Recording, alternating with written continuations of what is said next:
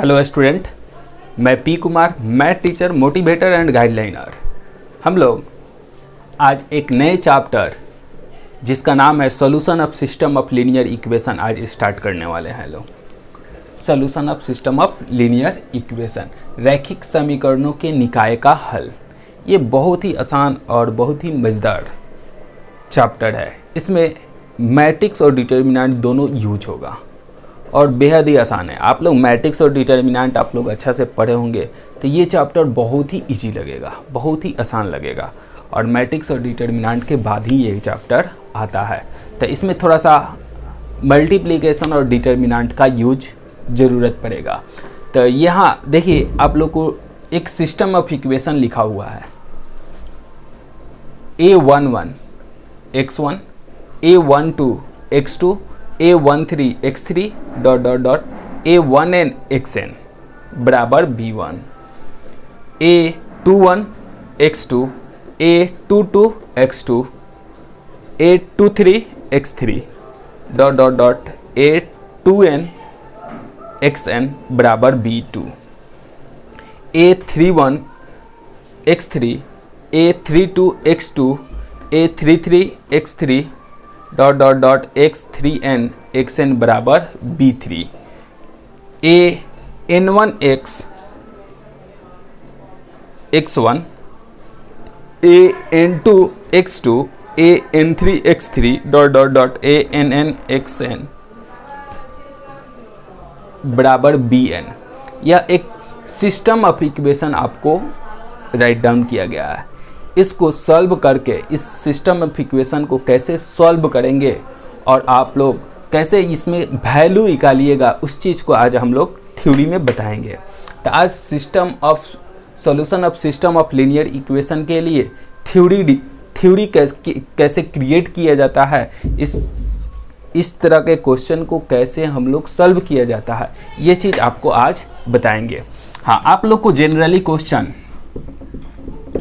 2x + 3y + 5 बराबर 5, 3x - 5y बराबर 2, इस तरह का 2 वेरिएबल सिस्टम ऑफ इक्वेशन, ये भी सिस्टम ऑफ इक्वेशन ही है, 2 वेरिएबल। और आप लोग को 3x + 5y 6z बराबर 2, इस तरह 1 2 3, ये 3 वेरिएबल वाला है तो 3 इसमें इक्वेशन रहेगा, 1 2 3। तो 2 वेरिएबल और 3 वेरिएबल वाला सिस्टम ऑफ इक्वेशन पढ़ना है। ऐसे आप लोग 4 वेरिएबल 5 वेरिएबल के भी क्वेश्चन इसमें सॉल्व किया जा सकता है, लेकिन हम लोग को 2 वेरिएबल और 3 वेरिएबल वाला सिस्टम ऑफ इक्वेशन को हल करना सीखना है। तो आप लोग को ये जो थ्योरी है ना, n variable system of equation को सॉल्व करने के लिए थ्योरी बता रहे हैं। तो n में जनरली हम लोग को 2 और 3 ही यूज करने वाला है, लेकिन थ्योरी हम लोग को n के लिए भी पढ़ लेते हैं।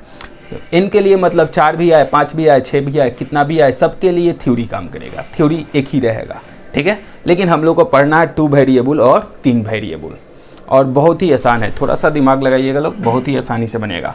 हाँ चलिए देखिए, ये इसको एक सिस्टम ऑफ इक्वेशन के लिए एक मैट्रिक्स के रूप में इसको राइट डाउन करते हैं।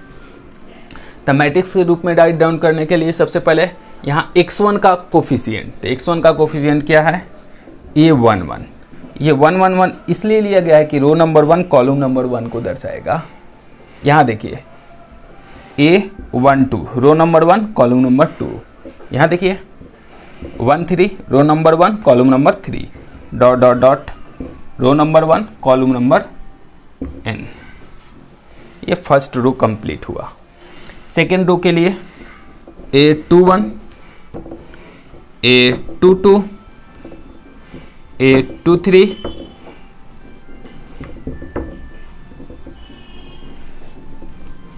A2n, ठीक है।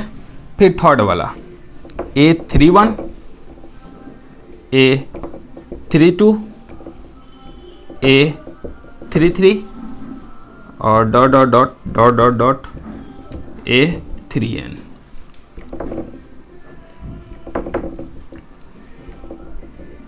हाँ, लास्ट वाला An1 N2 N3 Nn, ठीक है। n बाई n ऑर्डर है, कितना ऑर्डर है, n बाई n ऑर्डर है। ये row number 1, row number 2, row number 3। उसी तरह जो 2 ऑर्डर 3 ऑर्डर वाला आएगा ना, तो पहले वेरिएबल के कोफिशिएंट को कॉलम नंबर 1, सेकेंड वाला वेरिएबल वाला को कॉलम नंबर 2, थर्ड वाला वेरिएबल को कॉलम नंबर 3 करके एक मैट्रिक्स क्रिएट कर लेंगे। कोफिशिएंट ऑफ x वाला को कॉलम नंबर 1 में, कोफिशिएंट ऑफ y वाला को कॉलम नंबर 2 में, कोफिशिएंट ऑफ z वाला को कॉलम नंबर 3 में। यहाँ हम लोग variable x1, x2, x3 use किए हैं लोग।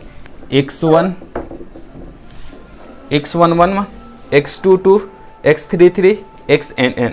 यहाँ x1, x2, x3 वेरिएबल के रूप में हम लोग यूज कर रहे हैं, तो हम लोग वेरिएबल के रूप में हम लोग दिखा सकते हैं। क्या है वेरिएबल? हाँ, जब हम लोग क्वेश्चन बनाएंगे इसके लिए, तो हम लोग को यहाँ x y z लिखना होगा। x 2 ऑर्डर वाला है तो x y, 3 ऑर्डर वाला है तो z।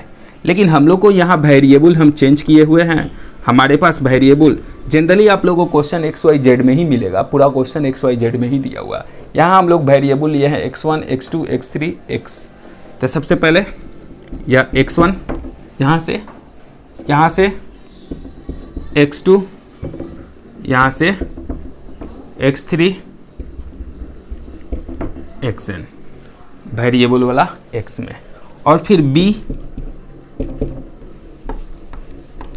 तो b कांस्टेंट वाला को, ये जो RHS में कांस्टेंट है ना, उसको b बोलते हैं। तो इसको b1, b2, b3 dot dot bn।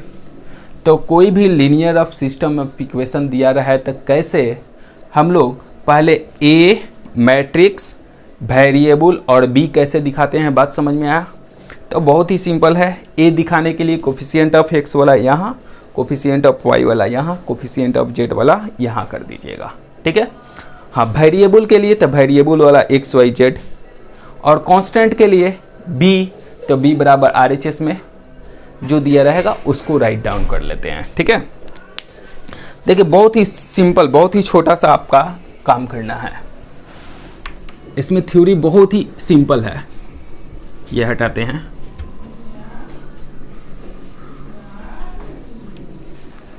यह हम लोग का सिस्टम ऑफ इक्वेशन है।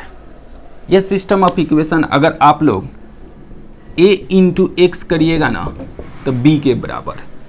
हाँ देखिए, a और x को मल्टीप्लाई करिएगा तो ये सिस्टम ऑफ इक्वेशन मिल जाएगा। देखिए गुना करके फर्स्ट आ जाएगा, सेकेंड आ जाएगा, थर्ड आ जाएगा, डॉट डॉट डॉट लास्ट आ जाएगा। ये फर्स्ट वाला। अब बराबर में देखिए b है, तो फर्स्ट वाला के बराबर हो जाएगा b1 के। फिर उसी तरह नीचे उतरिएगा, फर्स्ट देखिए है, सेकेंड देखिए है, थर्ड देखिए है।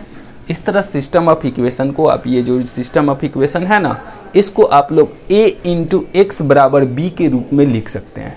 देख लीजिए, a और x को गुना कर रहे हैं और b के बराबर में है, तो a और x को मल्टीप्लाई करिएगा तो b के बराबर आएगा। तो यहाँ से आप लोग इस a को RHS में भेज देते हैं। तो a मैट्रिक्स है, तो मैट्रिक्स LHS से RHS में जाएगा तो इन्वर्स बनेगा,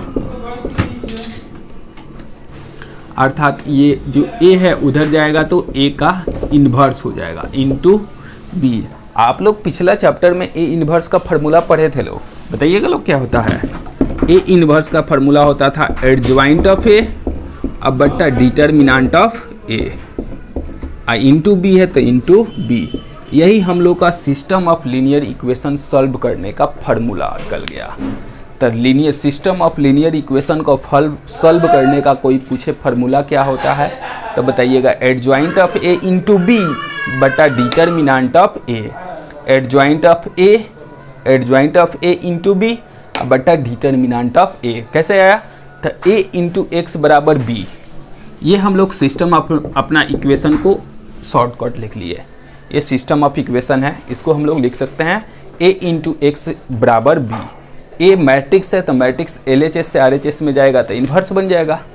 a इन्वर्स का फार्मूला होता है एडजॉइंट ऑफ a बट्टा b determinant of a, adjoint of a बट्टा डिटर्मिनेंट ऑफ a। तो adjoint of a into b, जो b है उसको इंटू में लिख दिए, या x बराबर adjoint of a into b बट्टा डिटर्मिनेंट ऑफ a। इसी के माध्यम से हम लोग पूरा चैप्टर का सॉल्यूशन करेंगे लोग। तो इस चीज़ को, ये जो बोर्ड पर जितना चीज़ आपको बताया है, इस चीज़ को पहले आप लोग नोट कीजिए। उसके बाद आप लोग इसमें कंडीशन भी आएगा। जिस तरह आप लोग 10th में पढ़ते थे अद्वितीय समीकरण, unique solution, infinite solution, no solution, उसी तरह इसमें भी 3 तरह का सॉल्यूशन आएगा। 1 solution, unique solution, no solution, infinite solution. वहाँ एक सॉल्यूशन आता था तो उसको बोलते थे अद्वितीय हल, यूनिक सॉल्यूशन, ठीक है। उसके बाद अनंत हल आता था तो उसको बोलते थे इनफाइनाइट सॉल्यूशन, और कोई हल नहीं हो तो उसको बोलते थे नो सॉल्यूशन, ठीक है। तो ये 3 चीज़ वहाँ जो मिलता था वही चीज़ यहाँ भी मिलेगा सिस्टम ऑफ इक्वेशन में। तो कौन कौन केस में क्या कंडीशन होगा, इस चीज़ को ये राइट डाउन करिए, तो इसके बाद बताते हैं। लिखिए लो।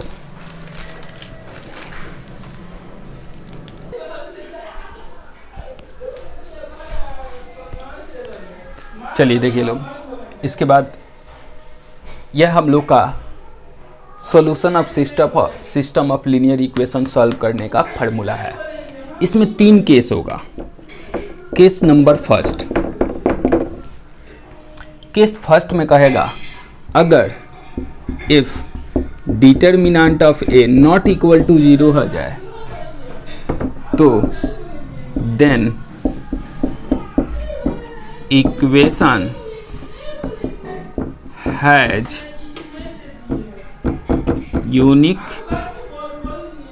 सॉल्यूशन। तो इक्वेशन का यूनिक सॉल्यूशन होगा, अद्वितीय हल होगा। हिंदी में हो सकता है तो समीकरण का अद्वितीय हल होगा। कब? केस 1 में if determinant of A not equal to 0 हो जाए then equation has unique solution, कोई सॉल्यूशन नहीं, यूनिक सॉल्यूशन मतलब एक हल होगा, ठीक है। Case 2, if determinant of A equal to 0 and adjoint of a into b equal to 0 then equation has infinite solution। तो समीकरण का अनंत हल होगा, अनंत हल। तो समीकरण का अनंत हल होगा कब? जब डिटर्मिनेंट ऑफ ए भी 0 और मतलब ऊपर वाला भी 0 और नीचे वाला भी 0। तो इस तरह के कंडीशन में इनफाइनाइट सॉल्यूशन होगा, अनंत हल होगा। और केस 3 में if determinant of A equal to 0 and adjoint of a into b not equal to 0, determinant of a adjoint of a into b not equal to 0 then equation has no solution, कोई हल नहीं। हिंदी में बोले तो कोई हल नहीं। कब? जब determinant of A equal to 0 adjoint of A into B not equal to 0 हो। तो इसमें 3 केस होगा। केस 1,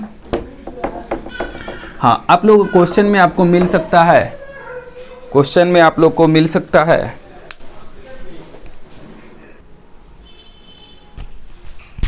चलिए देखिए लोग, इसके बाद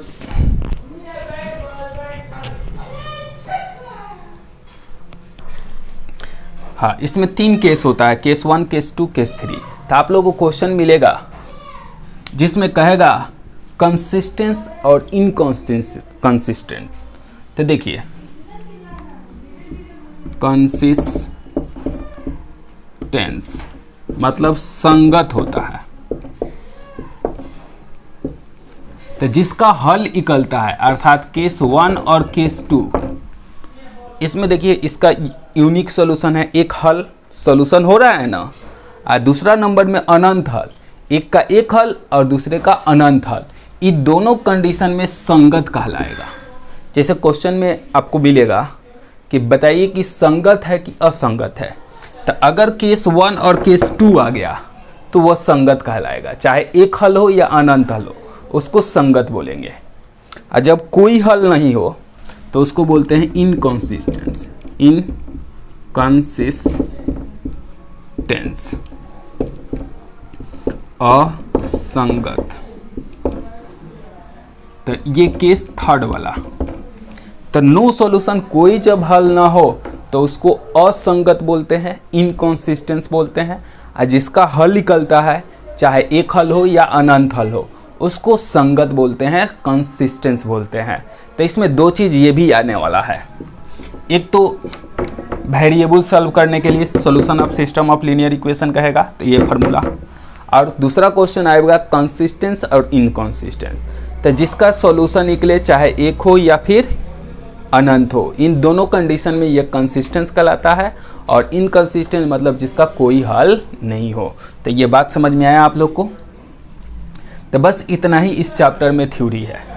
पहला solution of system of linear equation, और दूसरा कंसिस्टेंस और इनकंसिस्टेंस। तो तीन चीज़ इस पूरा चैप्टर में हम लोग को पढ़ना है, और तीनों चीज़ आप लोग अच्छा से समझ गए होंगे। तो इस चीज़ को चलिए नोट कीजिए, तो फिर आगे हम लोग अब क्वेश्चन देखेंगे लोग।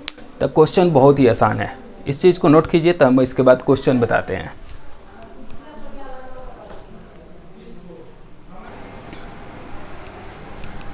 चलिए देखिए लोग, ये क्वेश्चन है 2x + 5y = 1 और 3x + 2y = 7। देखिए इस क्वेश्चन को हम लोग 10th में 4 या 5 मेथड से पढ़े थे लोग। क्रॉस मल्टीप्लिकेशन था, रिप्लेसमेंट मेथड था, तो बहुत सारा मेथड से 4-5 मेथड से हम लोग पढ़े थे लोग 10th क्लास में। अब हम लोग को एक और मेथड बढ़ जाएगा, वहाँ पर जो 4-5 मेथड से आप लोग पढ़े थे उस मेथड में एक मेथड और ऐड हो जाएगा, मैट्रिक्स के माध्यम से इसको हल करना है। आप क्वेश्चन पढ़िए, देखिए इसमें कह रहा है मैट्रिक्स, आप उस मेथड से भी सॉल्व कर सकते थे लोग, 10th वाला मेथड से भी, ठीक है। तो इसमें कह रहा है using matrix solve the following system of equation. कह रहा है मैट्रिक्स का यूज करके ये सिस्टम ऑफ इक्वेशन को सॉल्व करना है। बहुत ही आसान है, बहुत, आप लोग थोड़ा सा ध्यान से देखिए। सबसे पहले मैट्रिक्स ए लिखना होता है, बहुत ही आसान है, बताए थे। x का कोफिशिएंट, तो x का कोफिशिएंट 2 है और 3 है, ऊपर 2 और नीचे 3। x का कोफिशिएंट यहाँ, y का कोफिशिएंट तो 5 और 2, y का कोफिशिएंट यहाँ, फिर x लिख देना है। तो x में वेरिएबल, तो वेरिएबल में इसमें देखिए क्या है, x और y है, या x है और y है, और b, तो b तो कांस्टेंट, तो कांस्टेंट RHS वाला, तो RHS में 1 है और 7 है, तो कांस्टेंट RHS में है, ठीक है। तो a, x और b, ये चीज़ आपको नोट कर लेना है। हाँ, अब इस चीज़ को सॉल्व करना है, तो आपको बताया है solution of system of linear equation solve करना है, तो आपको फार्मूला x बराबर adjoint of a into B बटा डिटर्मिनेंट ऑफ ए का यूज करना पड़ेगा। जब भी आपको कहा जाए solution of system of linear equation हल करिए, तो ये फार्मूला आप लोग को लगाना होगा, रैखिक समीकरणों के निकाय का हल के लिए ये फार्मूला, ठीक है। तो एडजॉइंट आपको निकालने आता है, इसको उठाकर यहाँ, इसको उठाकर यहाँ, तो 2-2 चेंज करने से कोई अंतर नहीं, प्लस है तो माइनस, प्लस है तो माइनस। बी, तो बी का मान हम लोग यहाँ से 1 और 7, और डिटर्मिनेंट, तो डिटर्मिनेंट आप लोग जानते हैं, 2 दूना 4 और 5 15, बस हो गया। मल्टीप्लाई करने आता है ना, मल्टीप्लाई करके बोलिए, 2 एकम 2, 7 × 5 = 35, -3 7 दूना 14, और नीचे देखिए तो घटेगा तो -11 आ रहा है क्या, ऊपर देखिए कितना आ रहा है -33 और 11 बट्टा -11। बात समझ में? हाँ, x का मतलब यहाँ देख लीजिए क्या है, तो x का मतलब हो गया, यहाँ दिखाते हैं, यह x बराबर है ना, तो x बराबर जो आया है, तो x के बराबर हम लोग लिख सकते हैं x और y, और यह x के बराबर लिख दिए x और y, और ये जो सॉल्व किए हैं उसमें कितना से भाग देना है, -11 से, तो -11 से भाग देंगे 33 में, तो क्या हो जाएगा 3 हो जाएगा, 11 3 33 माइनस माइनस प्लस, 11 में 11 से देंगे तो 1, और माइनस है तो फिर -1, इसलिए x का मान आ गया 3 और y का मान हो गया -3। बात समझ में आया आप लोग को? तो x का मान 3 और y का मान -1 हुआ। कैसे हुआ, बात समझ में आया आप लोग को? तो जब भी solution of system of equation हल करना हो तो आपको ये फार्मूला का ज़रूरत पड़ेगा। बहुत ही सिंपल है, x का कोफिशिएंट फर्स्ट वाला, y का कोफिशिएंट सेकंड वाला में, x का कोफिशिएंट फर्स्ट और y का कोफिशिएंट सेकंड में। हाँ, x बराबर xy और b बराबर 1 और 7 हो जाएगा, b बराबर 1 और 7 हो जाएगा। करेंगे क्या, adjoint of a into B, तो एडजॉइंट निकालने आता है, इसको उठा कर यहाँ इसको उठा कर बदला बदली कर दी, प्लस है तो माइनस, प्लस है तो माइनस, एडजॉइंट मल्टीप्लाई कर दिए b से, तो b कहाँ था, यह था, b से मल्टीप्लाई और बट्टा में डिटर्मिनेंट डिवाइड कर दिए, डिवाइड करने के बाद देख रहे हैं x के जगह मान ले लिए हम लोग x और y, और बराबर कर दिए थे x बराबर 3 और y बराबर -1। आप उस मेथड से जो 10th में पढ़े थे उस मेथड से भी सॉल्व करके देखिए, इतना ही आंसर आएगा। जो 10th में आप लोग पढ़े थे ना, उस मेथड से भी सॉल्व करिएगा तो इतना ही आंसर आएगा। बात समझ में आया? तो ये था क्वेश्चन नंबर 1 का 1। इसमें 5 क्वेश्चन है, एक और कोई बता देते हैं, इस चीज़ को नोट कीजिए, तो एक और क्वेश्चन बता देते हैं।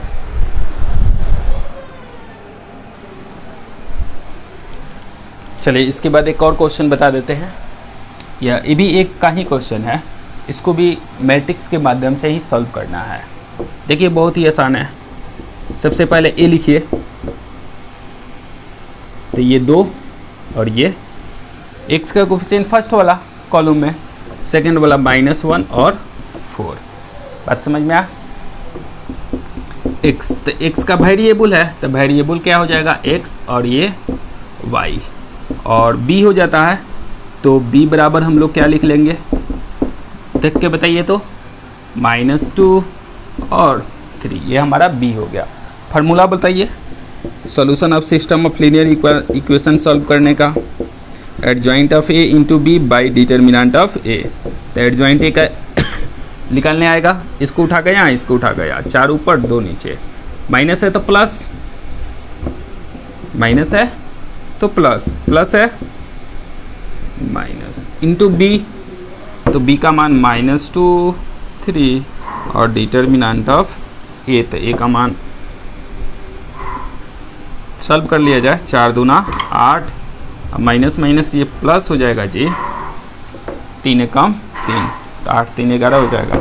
मल्टीप्लाई करने आता है ना, करके बताइए लोग, 4 दूना -8 अब प्लस 3, 4 दूना -8 अब प्लस 3, 3 दूना 6, माइनस माइनस प्लस, और ये 3 दूना 6, फिर 6 हो जाएगा, और बट्टा में क्या हो जाएगा 8 3 11। सब सही लिखे हैं लोग ना जी, चूँकि बट्टा में आने लगा है। यहाँ देखिए कितना आ रहा है,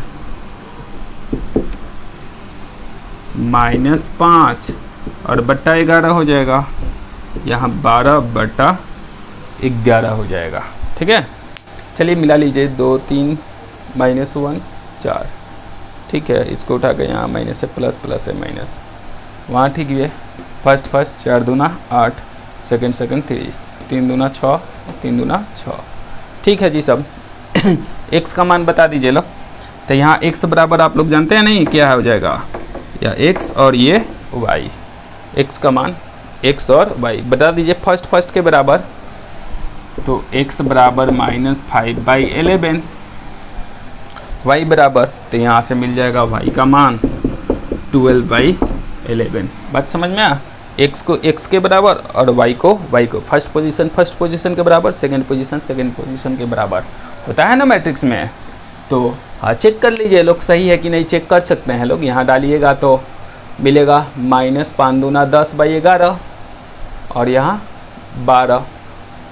यहाँ डाल के आप चेक कर सकते हैं लोग कि हम लोग का आंसर जो आया है वो सही है कि नहीं। तो -5 दूना 10/11 हो जाएगा और यहाँ हो जाएगा -12/11।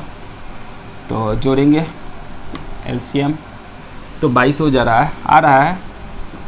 -22/11 कैंसिल होगा तो -2 है ना। मतलब हम लोग का जो आंसर आया है वह सही है। हम लोग का आंसर क्या है, वह सही है। बेटा में आया है तो थोड़ा सा कन्फ्यूजन हुआ, इसलिए डाल के चेक कर लिए कि हमारा आंसर जो आया है वो सही है कि नहीं। तो यह 1 का 5 नंबर है। बात समझ में आ, तो बस सब सारा क्वेश्चन एक ही तरह बनेगा। तो एक में 5 क्वेश्चन था, 1 और 5 बता दिए, बाकी 2 3 4 आप लोग खुद से बना लीजिएगा, बनाइएगा तभी जाके बनेगा। और कलम कॉपी के साथ बैठ के बना रहे होंगे तभी ये सब समझ में भी आएगा, बनेगा भी। और जब तक आप खुद से नहीं बनाइएगा कोई फ़ायदा का चीज़ नहीं है। आप चाहते हैं कि आपसे भी बने, हर एक क्वेश्चन बने, समझ में भी आए, तो आप खुद से भी बनाइए। जब खुद से बनाइएगा तो सब कोई दिक्कत नहीं होगा, आसानी से बनेगा। कोई अंतर नहीं पड़ेगा कि हम ऑनलाइन पढ़ रहे हैं कि ऑफलाइन पढ़ रहे हैं। तो जैसे क्लास में पढ़ते हैं उसी तरह आप खुद पढ़िए ना, आसानी से बनेगा। चलिए नोट करिए।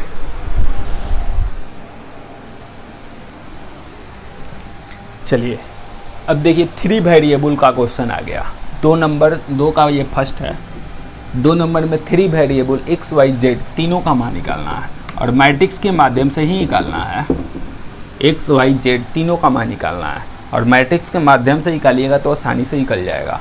अदरवाइज x y z का मान निकालना बहुत ही यहाँ डिफिकल्ट काम होता है, ठीक है ना, थोड़ा सा मेहनत करना पड़ता है। और मैट्रिक्स से निकालिएगा तो आसानी से निकल जाएगा। सबसे पहला काम है कि आपको a लिखना है। तो a के लिए बताए थे कोफिशिएंट ऑफ x। तो कोफिशिएंट ऑफ x क्या है, 1 है। कोफिशिएंट ऑफ x वाला फर्स्ट वाला में, कोफिशिएंट ऑफ y तो -1 -2 1 1 -2 3। x का मान x y और z, x y z second में। और b का मान बता दीजिए लोग, 4 9 4 9 1। तो a वाला coefficient of x, coefficient of y, coefficient of z, variable x y z और कोफिशिएंट 4 9 1 हो गया। फिर formula system of equation solve करना है। तो x बराबर adjoint of a into b बटा डिटर्मिनेंट ऑफ a। चलिए एडजॉइंट निकालने आता है ना। चलिए -6 +2, -6 +2 तो -4, -6 +2 तो -4। फर्स्ट वाला प्लस ही होता है तो जैसे कि तैसे। 3 एकम 3 और माइनस +4 तो 3 और 4 7, एक प्लस तो दूसरा माइनस हो जाएगा। 1 एकम 1 और माइनस +4 तो 1 और 4 5। देखिए फर्स्ट रो था तो फर्स्ट कॉलम लिखे हैं, ट्रांसपोज कर दिए हैं। बी डैश को ना एडजॉइंट ऑफ कहते हैं, तो एडजॉइंट चाहिए फर्स्ट रो को फर्स्ट कॉलम। फिर ये बंद, ये बंद। ये देखिए -3 और -1 तो -4, फर्स्ट प्लस तो सेकंड माइनस, तो माइनस क्या हो जाएगा प्लस। फिर ये बीच वाला बंद, ये बीच वाला बंद। 3 एकम 3 और 3 में से 2 घटेगा 1, 3 में से 2 घटेगा 1। फिर ये बंद, ये बंद। 1 एकम 1 और माइनस प्लस, तो 1 और 2 3, प्लस माइनस प्लस माइनस। बात समझ में आ? हाँ, सेकेंड रो सेकेंड कॉलम। समझ में आया? थर्ड बंद बंद, minus minus plus, minus minus क्या हो जाएगा? प्लस 2, और यहाँ भी माइनस माइनस प्लस 2, तो 2 और 2 फिर क्या हो जाएगा? 4 हो जाएगा। माइनस माइनस प्लस, और बीच वाला माइनस करेगा तो प्लस नहीं हो जाएगा? तो प्लस प्लस माइनस प्लस, तो जैसे के तैसे। फिर ये बंद ये बंद, -2 और -1 तो -3, प्लस माइनस प्लस माइनस तो माइनस माइनस क्या हो जाएगा? प्लस, बंद बंद, -2 अब माइनस माइनस प्लस, तो -2 में से 1 घट जाएगा तो -1, -2 में 1 जुटेगा तो -1। ये एडजॉइंट निकाले हैं, कुछ नहीं, आप अपने से भी बैठकर आसानी से निकाल सकते हैं लोग। ये हम कैसे निकाल रहे हैं कैसे नहीं, ये सब कोई मतलब नहीं। आपको एडजॉइंट निकालना सिखाया है ना, आप निकालिए अपने मन से, ठीक है? तो आप अपने मन से निकाल सकते हैं लोग, ठीक है? और b, तो b का मान 491।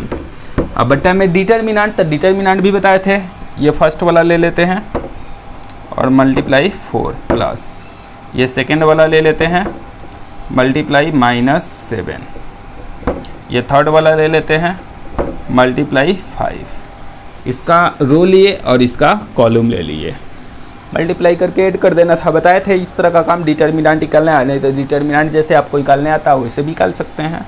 जो आएगा रिजल्ट वहाँ लिख दीजिएगा, डिटर्मिनेंट निकाल कर यहाँ भाग दे दीजिएगा, काम हो जाएगा। चलिए मल्टीप्लाई करना है, फर्स्ट तो -16, सेकेंड तो 36, थर्ड तो +4, फर्स्ट तो -28, सेकेंड तो 9, थर्ड तो 3, फर्स्ट तो 20, सेकेंड तो -27, थर्ड -1, -4, ये देखिए माइनस माइनस प्लस हो जाएगा, तो 7 और 5 12, अब 12 में से 4 घट जाएगा तो 8, 7 5 12, 12 में से 4 घट गया 8। ये ऐड करने का काम करिए लोग। तो ये देखिए 36 में से 16 घट जाएगा तो बच जाएगा 20, अब 20 से 4 24, 9 3 12, 12 घटा दीजिए, 28 में से 12 घट जाएगा तो 6 हो जाएगा और 1 हो जाएगा, माइनस में 36 16 हो जाएगा। 12 घटाना है तो 12 -28 में से 12 ऐड करिएगा तो -16, 28 और 20 ऐड करिएगा तो -8, ठीक है? और 8 से डिवाइड है, x की जगह तो आप लोग जानते हैं क्या लेना होगा, x की जगह ये वेरिएबल, x की जगह हम लोग को x y z, और बराबर में डिवाइड कर दीजिए, 8 3 का 24, 8 दूना 16, 8 एकम 8, इसलिए x बराबर 3, y बराबर -2 और z बराबर -1। देखिए तो आंसर, मिलाइए लोग, आंसर आ गया होगा 3, x का मान 3, y का मान -2 और z का मान -1। तो ये था क्वेश्चन नंबर 2 का फर्स्ट। और देखिएगा तो सारा क्वेश्चन इसी टाइप पर दिया हुआ है। कितना क्वेश्चन है? तो इसमें 10 क्वेश्चन है, 2 में 10 क्वेश्चन है और 3 में 9 क्वेश्चन है। नज़र दौड़ा लीजिए लोग, 2 में 10 और 3 में 9, तो 10 और 9 19, एक बनाए हैं। 18 क्वेश्चन आप लोग को होमवर्क रहेगा। 18 क्वेश्चन आप लोग खुद से बना सकते हैं, सब में सेम ही काम करना है, कोई नया काम नहीं। आप लोग को दूसरा कोई भी क्वेश्चन फंसे, बस एक क्वेश्चन ही देखिए। ये जो काम किए हैं अगर आप सही सही कर दीजिएगा तो आंसर भी सही सही आएगा, और थोड़ा सा भी गड़बड़ी किए एडजॉइंट में या मल्टीप्लाई में, डिटर्मिनेंट तो सिंपल है निकल जाएगा। थोड़ा सा भी गड़बड़ी किए तो जान लीजिए क्या होगा, सारा मेहनत बेकार हो जाएगा, फिर से लगना पड़ेगा।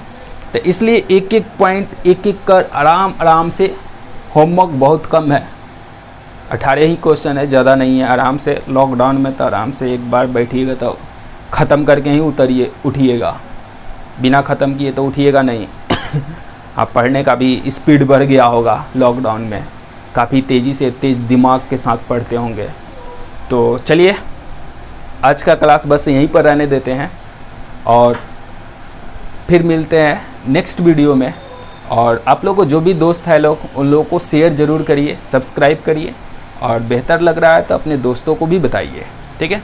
तो चलिए मिलते हैं फिर नेक्स्ट वीडियो में, और नेक्स्ट वीडियो में मिलेंगे तो इसको आगे बढ़ाया जाएगा, इसमें जो क्वेश्चन फंसेगा उसको भी आगे बढ़ाएंगे, ठीक है। और जो बाकी जो अधिकांश बन जाएगा, आप लोग कोशिश करिएगा तो पूरा बना सकते हैं लोग, ठीक है ना, कोई क्वेश्चन फंसेगा नहीं। तो कुछ क्वेश्चन और इसमें हम बता देंगे, फिर आगे बढ़ेंगे, ठीक है। और उसके बाद हम लोग कैलकुलस स्टार्ट करने वाला है। जैसे यह एक्सरसाइज कंप्लीट होगा इसके बाद कैलकुलस स्टार्ट करेंगे, ठीक है। तो यह कैलकुलस अब बहुत ही नज़दीक आते हैं। कैलकुलस के बारे में तो आप लोग जानते हैं, सबसे ज़्यादा मार्क्स का जो क्वेश्चन पूछता है वह कैलकुलस से ही पूछता है। 60% से भी ज़्यादा कैलकुलस आता है, ठीक है। तो चलिए फिर मिलते हैं लोग नेक्स्ट वीडियो में।